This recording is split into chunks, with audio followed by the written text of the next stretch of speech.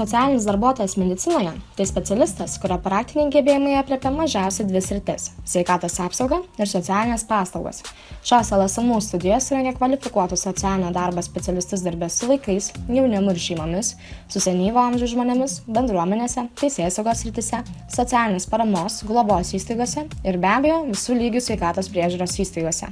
2015 metais žurnalo reitingai duomenimis socialinis darbas medicinoje Lietuvos sveikatos mokslų universitete yra geriausia studijų programa iš socialinių mokslų Lietuvoje. Studijose taikomi mokymo metodai lavina studentų bendravimą, savarankiškumą bei kūrybingumą. Jau nuo 1 kurso kiekvieną semestrą studentai atlieka praktiką sveikatos ir socialinės pagalbos įstaigose, o nuo 2 kurso studentai turi galimybę išvykti mainams į Švedijos, Vokietijos, Olandijos universitetus. Programos absolventai gali tęsti studijas magistrantūros programose bei vykdyti tolesnę mokslinę veiklą. Nepaisant to, kad ši programa yra Lietuvos sveikatos mokslų universitete, stojant į socialinį darbą medicinoje neprireiks biologijos egzamino, nes pagrindinį balą sudaro istorija. Žinote tokią studijų sritį kaip socialinis darbas medicinoje? Aš tai ne. Esu girdėjęs, kad apie socialinius darbuotojus, bet medicinoje ne. Aš irgi ne. Čia medicinos seselės ar kažkas panašaus? Ne?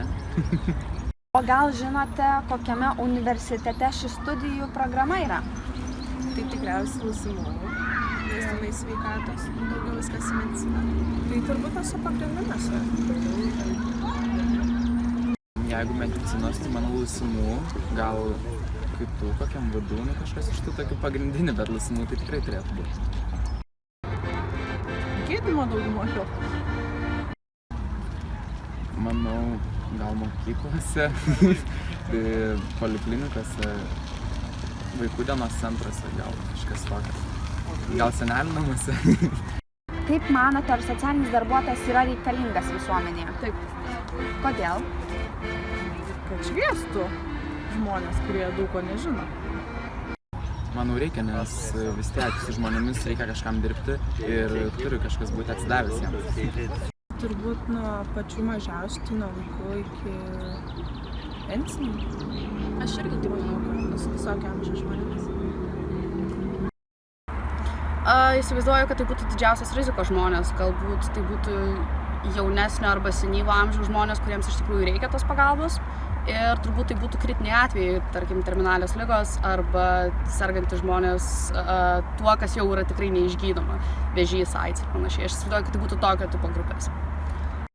Tai turbūt turėtų būti atsakingas, komunikabilus, bendraujantis, kad galėtų sutarti ir su pačiais mažiausiais ir su tais pensininkais. Padedantis. Turbūt jisai atlieka tą funkciją, kai jisai padeda žmogui. Tai yra tas taškelis, į kurį gali atsiremti žmogus ieškantis pagalbos. Aš įsivaizduoju, kad jisai siūlo viską nuo peties išklausimui iki profesionalios pagalbos, galbūt ne tik medikamentais, bet jis gali duoti ir patarimų, kur galima kreiptis toliau iškilus tam tikrai problemai. Socialinis darbas apskritai yra svarbus, tik dažnai jis yra nematomas. Darbuotojai dirba tą darbą, kurio kiti dažniausiai nepadaro, padeda žmonėms spręsti problemas, o jų būna įvairiausių ir tų situacijų gyvenimo būna įvairiausių. Taip, kad tas darbas yra įvairialypis ir kūrybiškas visas procesas žinių ir įgūdžių derinimo. Socialinis darbuotojas pagrindė rūpinasi tolimesnio socialinės pagalbos teikimo po gydymo ligoninėje. Tai yra slaugos teikimas, slaugos paslaugos, slaugos ligoninių organizavimas, pagalbos į namus organizavimas, dokumentų tvarkymas, jeigu žmogus yra socialus ir neturi dokumentų, draustumo tvarkymas, kad tolimesnę slaugą galėtų gauti.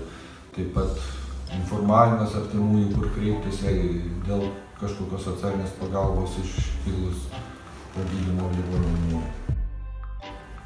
Empatija, tai pagrindinė turbūt savybė empatija. Tiesiog mokėti, pajausti tą žmogų, suprasti, įsijausti jo būseną, kaip žinoti, kaip susiklosti jo tas gyvenimas, kaip jis jaučiasi dėl ligos, dėl kažkokios vienatvės.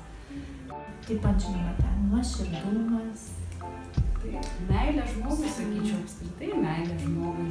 Taip. Manau, kad jinai turėjo būti įdomi, ką ir supratau studijuodamas. Daug įvairių pusių dalykų, įvairių žinių galėjau gauti. Tas mane sužavėjo renkantis.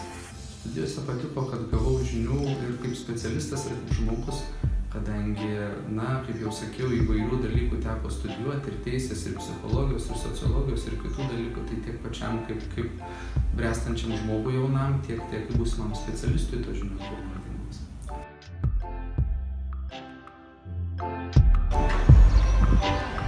Socialinio darbo medicinoje praktiką atliekame čia. Ir čia.